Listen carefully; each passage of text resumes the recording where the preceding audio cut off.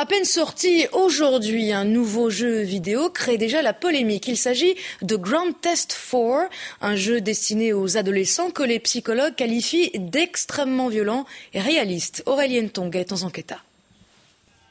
On connaissait les anti-héros. Avec Grand Theft, place aux héros barbares. Un voleur sans morale qui tue citoyens et policiers. Ses missions, assassinat, braquage ou vol.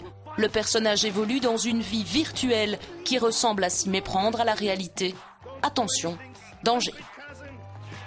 Il peut y avoir véritablement un apprentissage du geste violent et surtout l'apprentissage du fait qu'il n'y ait pas de règles.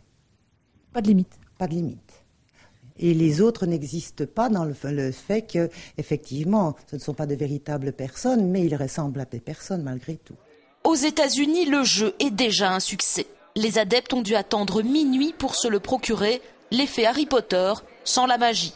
Chez nous, le jeu est interdit à la vente aux moins de 18 ans. 17 outre-Atlantique. L'acheteur est prévenu, le divertissement comporte violence, sang, drogue et insultes. Les armes à feu, par exemple, le sang, bon, beaucoup de choses comme ça, braquer des voitures et tout, mais bon, voilà, c'est un jeu. Il y a un peu de violence dans ce genre de jeu, mais bon, c'est ce que les jeunes aiment, quoi. Il faut maîtriser son temps de jeu et avoir un certain recul sur le jeu. Pour les jeunes joueurs, le phénomène est préoccupant. Les enfants peuvent être envahis par un sentiment de toute puissance dans un monde à plusieurs vies où la mort n'existe plus.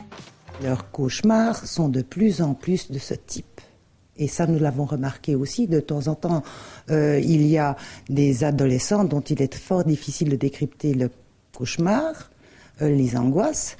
Et il faut se référer nous-mêmes à ces jeux-là pour pouvoir comprendre quelque chose. Grand Theft est déjà qualifié de jeu de l'année. 6 à 9 millions d'exemplaires pourraient être vendus avant la fin de cette semaine.